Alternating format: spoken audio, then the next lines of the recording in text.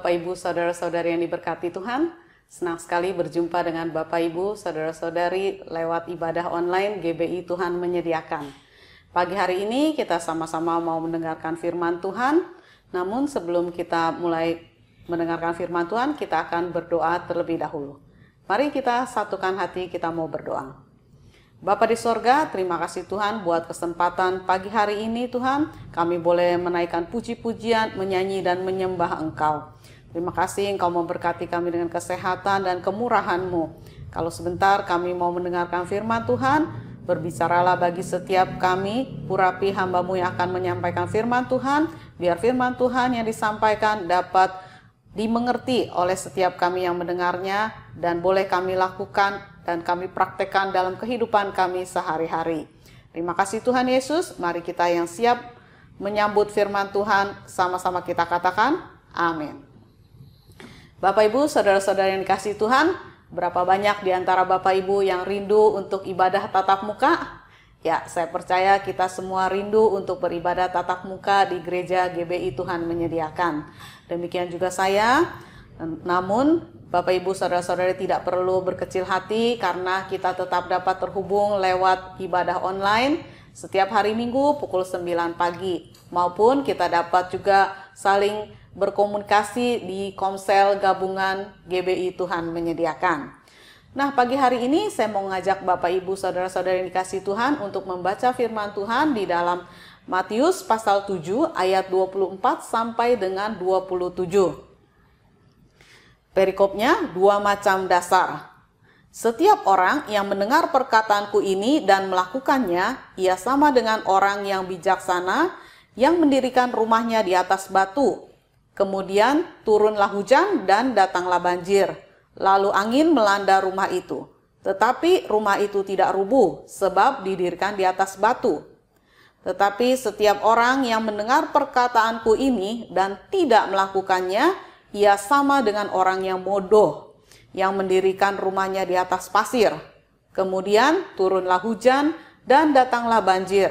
Lalu angin melanda rumah itu, sehingga rubuhlah rumah itu dan hebatlah kerusakannya. Amin. Bapak Ibu saudara-saudara yang dikasihi Tuhan, saya pernah membaca berita bahwa di negara Jepang itu sering kali terjadi gempa bumi, bencana gempa bumi. Mengapa seperti itu? Ya, karena secara geografis negara Jepang berada di wilayah yang rawan gempa.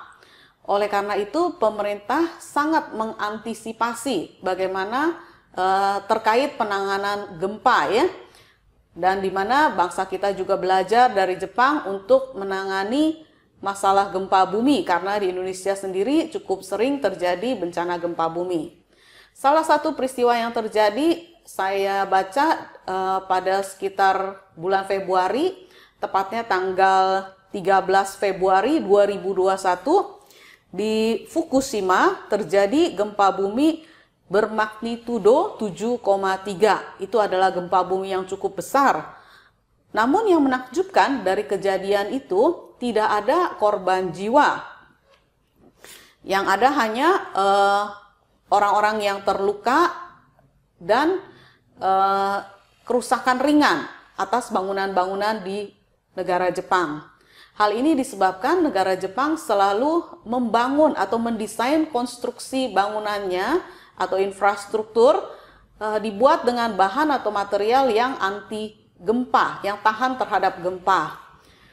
Nah, seperti juga dengan kehidupan kita, setiap kita kapan saja bisa terkena guncangan, ya, baik itu guncangan kecil, guncangan ringan seperti angin, hujan, badai, ataupun guncangan yang sangat berat seperti gempa bumi ya, yang bisa meluluh lantakkan bangunan. Bapak Ibu, saudara-saudara yang kasih Tuhan, oleh karena itu kita harus belajar firman Tuhan supaya lewat firman Tuhan kita bisa bertahan di tengah guncangan yang kita hadapi dalam kehidupan ini. Oleh karenanya pagi hari ini saya mau ajak Bapak Ibu Saudara merenungkan firman Tuhan, yang mana firman Tuhan katakan untuk kita dapat bertahan di tengah badai kehidupan. Pertama adalah kita harus membangun fondasi kita di atas dasar batu, yang artinya kita mendengarkan firman Tuhan dan kita melakukannya. Saudara yang dikasihi Tuhan, banyak orang sedang senang, maksud saya, mendengarkan firman Tuhan, tetapi tidak mau melakukannya. Mengapa? Ya, mungkin mereka merasa firman Tuhan itu sulit untuk dilakukan. Jadi cukup hanya mendengar saja, ya. Tetapi pagi hari ini kita mau belajar bahwa firman Tuhan tidak cukup kalau hanya kita dengarkan saja. Tetapi firman Tuhan harus kita lakukan. Salah satu contoh bagaimana firman Tuhan itu harus kita lakukan ialah misalnya dalam kehidupan kita sehari-hari tentang mengucap syukur. Di dalam 1 Tesalonika 5 ayat 18, firman Tuhan mengajarkan kepada kita untuk mengucap syukur dalam segala hal. Karena itulah yang dikehendaki Allah bagi kamu. Jadi dalam kehidupan kita sehari-hari, adakah kita tetap mengucap syukur? Baik itu keadaan yang baik maupun keadaan yang kurang baik, apakah kita tetap mengucap syukur? Tuhan mau kita mengucap syukur dalam segala hal. Yang kedua, di dalam Filipi 4 ayat 4, firman Tuhan berkata, bersukacitalah senantiasa dalam Tuhan. Ya, Tuhan ingin kita senantiasa bersukacita, bukan tergantung dari masalah yang kita hadapi. Ya, kalau keadaan lagi baik, ya, sedang ada berkat, tentu mudah bagi kita untuk bersukacita. Tetapi ketika keadaan tidak sesuai dengan yang kita harapkan, apa kita masih bisa bersukacita? Oh, belum tentu, ya. Mungkin kita sudah kehilangan sukacita, muka kita sudah merengut, kesal karena apa yang kita harapkan tidak terjadi, tidak sesuai dengan keinginan kita. Firman Tuhan di dalam Yakobus 1 ayat 23 sampai 24 berkata, sebab jika seorang hanya mendengar firman saja dan tidak melakukannya, ia adalah seumpama seorang yang sedang mengamati mukanya yang sebenarnya di depan cermin. Baru saja ia memandang dirinya, ia sudah pergi atau ia segera lupa bagaimana rupanya. Bapak Ibu, saudara-saudara yang kasih Tuhan, sekarang ini zaman dengan teknologi canggih, ya, kita sangat mudah mendengar firman Tuhan. Dari HP kita bisa buka di YouTube, banyak pengkhotbah yang bisa kita dengar, ya, ibadah-ibadah dari berbagai macam gereja. Itu kita bisa dengar khotbah-khotbahnya. Memang bagus kita bisa mendengarkan firman Tuhan, ya. Maksud saya setiap minggu kita bisa mendengarkan beberapa kali khotbah, beberapa kali firman Tuhan, ya itu luar biasa, ya. Bahkan setiap hari pun kalau kita mau dengar firman Tuhan, kita bisa buka lewat handphone kita. Tetapi apakah ketika kita mendengar firman Tuhan, apakah kita renungkan? Bagus kalau memang kita merenungkan firman Tuhan. Atau mungkin kita catat, ya. Karena firman Tuhan itu kalau kita tidak catat, kita akan mudah lupa. Namun Bapak Ibu saudara-saudari, yang perlu digarisbawahi sekali lagi bahwa menjadi pendengar firman Tuhan saja tidak cukup. Dalam Yakobus 1 ayat yang kedua-dua, firman Tuhan berkata, tetapi hendaklah kamu menjadi pelaku firman dan bukan hanya pendengar saja, sebab jika tidak demikian kamu menipu diri sendiri. Firman Tuhan harus menjadi gaya hidup kita. Jadi kalau kita cuma mendengar, mencatat, kemudian kita lupa, seperti firman Tuhan tadi katakan, kita seperti mengamati diri kita di cermin, ketika kita pergi kita sudah lupa seperti apa. Kalau firman Tuhan kita jalankan, kita lakukan sebagai gaya hidup, itu tidak akan lupa. Karena setiap hari kita menjalankan firman Tuhan. Setiap kali kita melakukan sesuatu, semuanya sesuai dengan firman Tuhan. Itulah yang menjadi kehendak Tuhan di dalam hidup kita. Itulah yang menjadi kekuatan kita ketika kita menghadapi badai permasalahan. Poin yang kedua yang ingin saya bagikan tentang bagaimana kita bisa kuat menghadapi situasi yang tidak menentu ini, bagaimana kita bisa menang, bertahan melawan badai permasalahan kita adalah jangan setengah-setengah mengikut Tuhan. Yang pertama tadi kita harus membangun di atas fondasi batu, berarti yang kedua, jangan bangun fondasi kita di atas pasir. Jangan setengah-setengah mengikut Tuhan, artinya kita harus sungguh-sungguh, jangan asal-asalan dengar firman Tuhan, cuma asal dengar saja ya. Seperti tadi saya sudah sampaikan bahwa kita harus sungguh-sungguh percaya 100% bahwa firman Tuhan itu berkuasa. Ada banyak orang yang mendengar firman Tuhan tetapi tidak mau melakukannya. Mengapa? Hal ini mungkin disebabkan orang-orang yang tidak sungguh-sungguh percaya akan kebenaran firman Tuhan. Orang-orang mungkin meragukan firman Tuhan karena mereka tidak melihat buktinya. Nah, bagaimana mereka bisa melihat buktinya kalau mereka tidak melakukan firman Tuhan? Seperti contohnya ada orang-orang yang mengandalkan kekuatan mereka sendiri. Ada orang-orang yang bekerja menghasilkan uang. Katanya menurut mereka itu bisa berhasil karena keberhasilan itu bergantung kepada kerja keras mereka. Padahal firman Tuhan di dalam Yeremia 17 ayat 5 berkata, terkutuklah orang yang mengandalkan kekuatannya sendiri. Yang mengandalkan kekuatannya sendiri ya. Saya bacakan sekali lagi, beginilah firman Tuhan, terkutuklah orang yang mengandalkan manusia, yang mengandalkan kekuatannya sendiri, dan yang hatinya menjauh daripada Tuhan. Ingat, ketika kita mengandalkan diri kita sendiri, kita berkata bahwa kita bisa, kita mampu, semua karena kerja keras kita, semua karena usaha kita, karena kepandaian hikmat kita, berarti kita sudah menjadi orang yang terkutuk, kata firman Tuhan. Nah, firman Tuhan mengajarkan kita untuk kita bergantung sepenuhnya kepada Tuhan, karena sebetulnya tanpa kemurahan Tuhan, tanpa anugerah Tuhan, kita tidak bisa mencapai apa yang kita pikir. Semua itu karena kepintaran kita. Otak manusia itu terbatas, tetapi kuasa Tuhan tidak terbatas.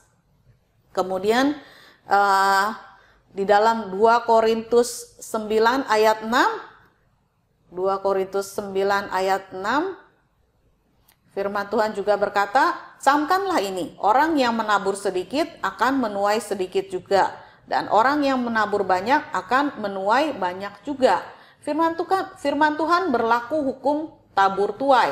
Ada orang yang sangat susah untuk menabur, selalu berkata dia tidak cukup ya, kekurangan sehingga tidak bisa menabur. Padahal firman Tuhan mengajarkan kepada kita untuk kita menabur. Menabur sedikit akan menuai sedikit, menabur banyak akan menuai banyak. Tetapi kalau kita tidak pernah menabur, bagaimana mungkin kita bisa menuai? Firman Tuhan mengajarkan kepada kita untuk mempercayai bahwa firman ini mengandung kuasa, bahwa firman Tuhan ya dan amin. Kalau kita tidak percaya kepada firman Tuhan, kalau kita setengah-setengah ikut Tuhan, makanya kita tidak mau melakukan firman Tuhan. Artinya, jadi kita sia-sia mendengar firman Tuhan doang, hanya untuk menyenangkan telinga kita. Tetapi ketika ada badai permasalahan di tengah-tengah pandemi yang terjadi saat ini, apa yang bisa kita lakukan?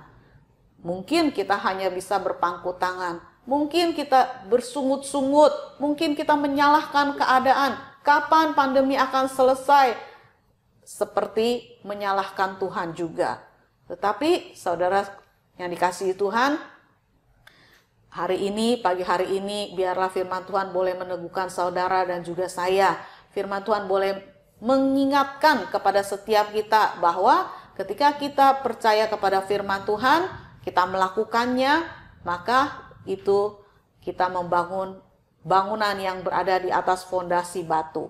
Bangunan yang dibangun di atas fondasi batu tentu membutuhkan kerja keras, ya. Kita perlu usaha, kita perlu menggali tanahnya sampai dalam dengan waktu yang lebih lama, tenaga yang lebih ekstra. Tetapi hasilnya ketika ada hujan, angin besar, badai, ada masalah-masalah kehidupan yang menyerang kita, kita bisa bertahan. Bahkan kita bisa keluar lebih dari pemenang, sebagaimana yang dikehendaki Tuhan di dalam hidup kita.